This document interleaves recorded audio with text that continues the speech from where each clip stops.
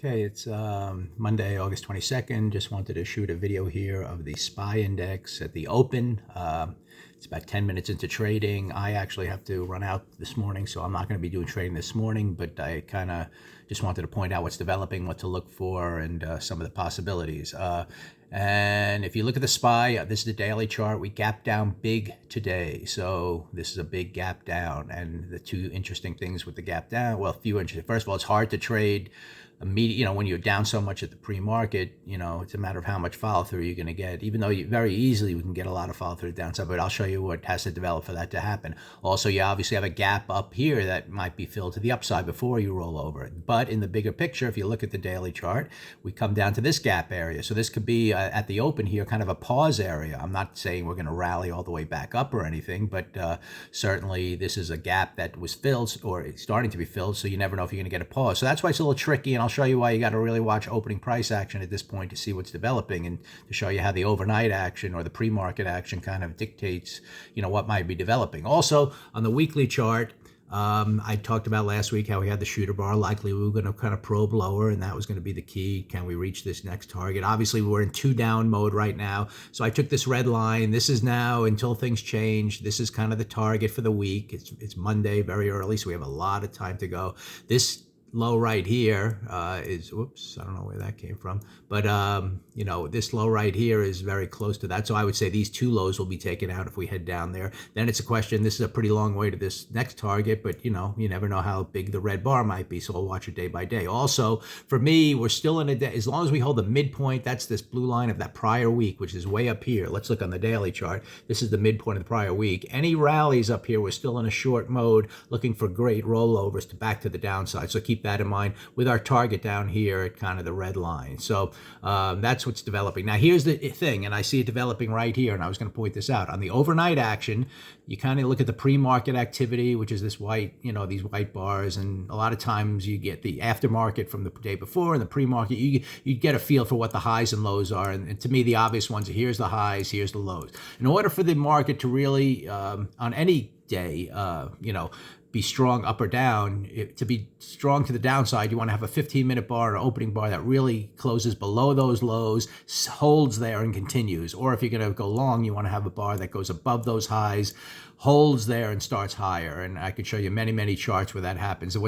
So this pre-market action, the highs and lows, are very important in order to judge what's developing. And you can see here, and this is what I was going to point out, a lot of times what you do is you probe very early, you probe one of those highs or lows, take out stops and reverse the other way. So that's kind of a good sign when you're watching that opening 15-minute bar. I go back on the charts a lot. I show, we had the 15-minute bar opening big red and we continued and it was a great short. Well, you'll also see that it was way below, the intraday or the pre-market lows as well, that 15-minute bar, which I don't always show. So I use this I use this pre-market action all the time to judge what's happening. So here's a good example where, I was watching that first 15-minute bar and it was coming down big to open on the gap down, but you can see we have a little bit of a buying tail here. So now the question is, and we took out those stops just as you would expect. Now the question is, are we really holding here?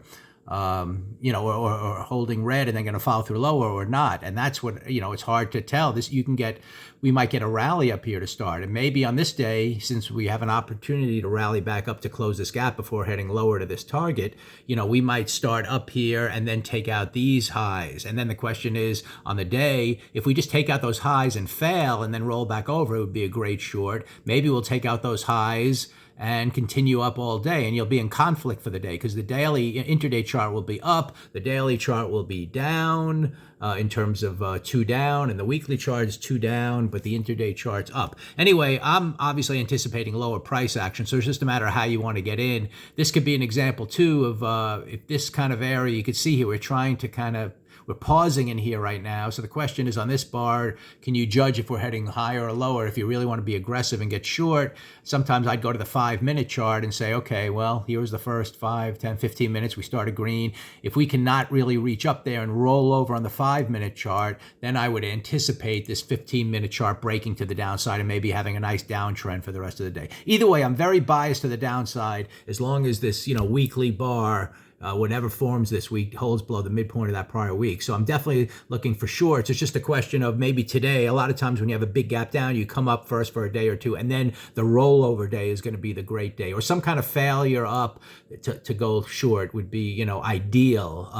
But if that doesn't develop, you just got to go with price action and be aggressive and get short, even though you gap down. So anyway, I just wanted to point some of those features out, or what's developing on the charts. I could see here this bar looks like it wants to turn red. So if I was trading it, again, to me, if I was trying to trade this index, I'd go to the 5-minute chart. And right here, if I really judged that this thing was going to get red and start lower and take out that first bar low down here, and then I would take a chance that way with a very tight stop type of thing. That's the way I'd view this gap down. But I really want to see it follow through and hold below those overnight lows. So I've shot a lot of videos showing the 15-minute chart early and how it starts up and it goes strong all morning. But I never really point out the pre-market action that you're also monitoring, and this is very important because a lot of times you'll have very volatile pre-market activity, and it looks like you have like a red bar, but the lows are way down there. So you never really broke below those lows to start the day, and that's why some of those first red bars don't really continue. But anyway, on this price action, very clear high low right in there,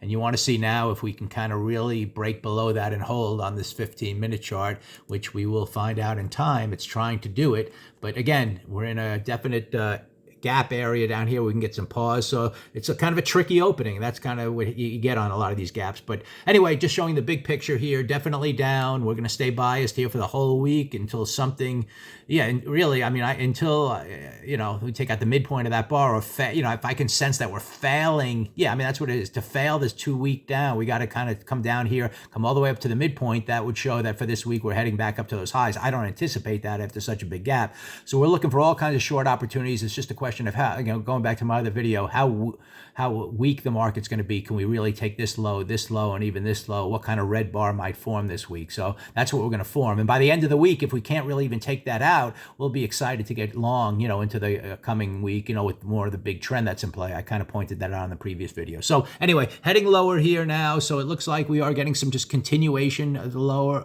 down after the gap opening.